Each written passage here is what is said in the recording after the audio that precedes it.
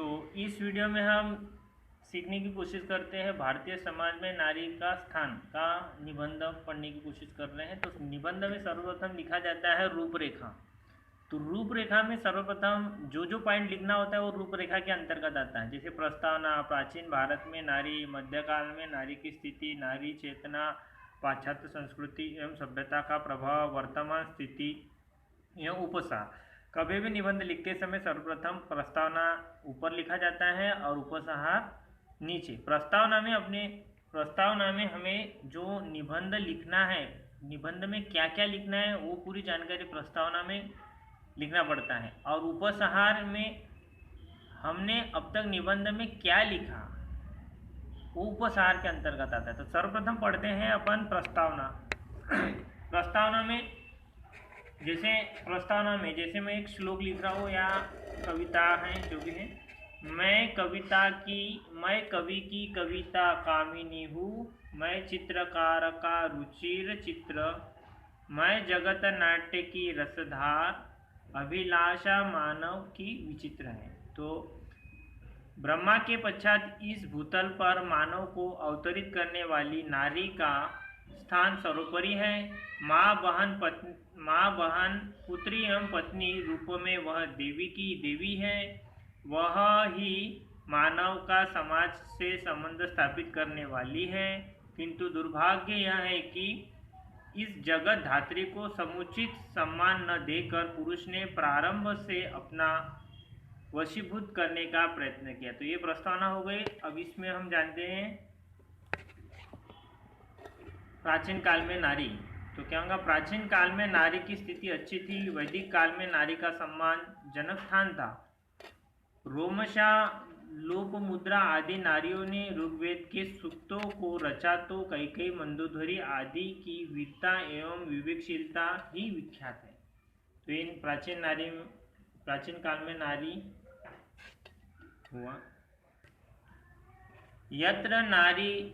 यत्र नार्यस्य पूजते तत्र रमन्ते देवता, यानी जहाँ नारी की पूजा होती है वहाँ देवता भी निवास करते हैं, रमते हैं। मध्यकाल में नारी की स्थिति। मध्यकाल में नारी के लिए अभिशाप बनकर आया। मुगलों के आक्रमण के फलस्वरूप नारी के करुण कहानी का प्रारंभ हुआ। अबला जीवन हाय तुम्हारी यही कहानी, आंचल में है दूध और आंखों में पानी। भक्ति काल में भी नारी को समुचित सम्मान न मिल सका। नारी चेतना नंबर 4, चौथा पॉइंट है। आधुनिक काल में नारी चेतना तथा नारी उद्धार का काल रहा है। राजा राम मोहन राय, महर्षि दयानंद, महात्मा गांधी आदि ने नारी को गरिमामय बनाने का सफल प्रयास किया है। कविवर पंत के शब्दों में जन मन में कहा है, मुक्त करो नारी को मानव, चिर वंदिनी नारी को, युग युग की निर्मम कारा से जननी सखी प्यारी को।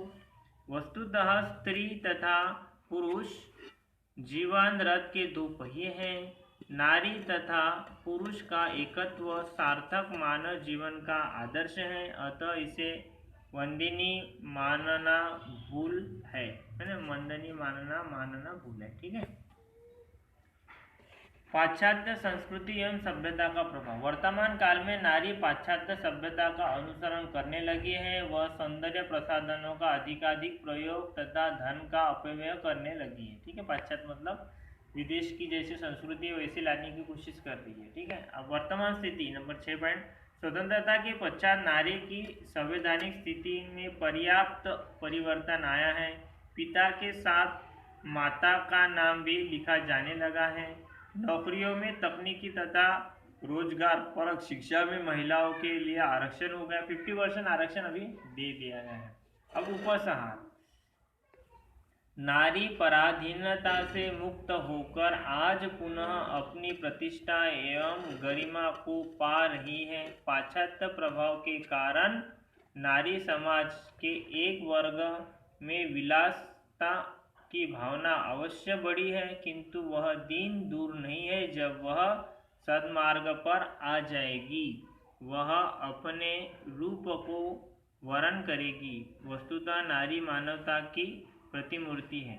मानवता की मूर्तिवती तू, भव्य भाव भूषण भंडार, दया क्षमा ममता की आकर, विश्व प्रेम की है यह आधार। यह हुआ निबंध। अब इस निबंध में हमने बीच बीच में स्लोगन डाला है, या फिर इसको कविता बोल सकते हैं, या फिर कोई श्लोक बोल सकते हैं, जो अपनी निबंध की भाषा को प्रभावपूर्ण बनाता है, जिसके कारण एग्ज़ाम में हमें जो नंबर मिलते हैं वह निबंध में ज़्यादा या पूरे मिलने की संभावना होगी। ठीक है, तो ऐसे बीच बीच में आप अपने मन से जो जो निबंध है उसी से रिलेटेड स्लोगन डालो तो बहुत अच्छा होगा। ठीक है।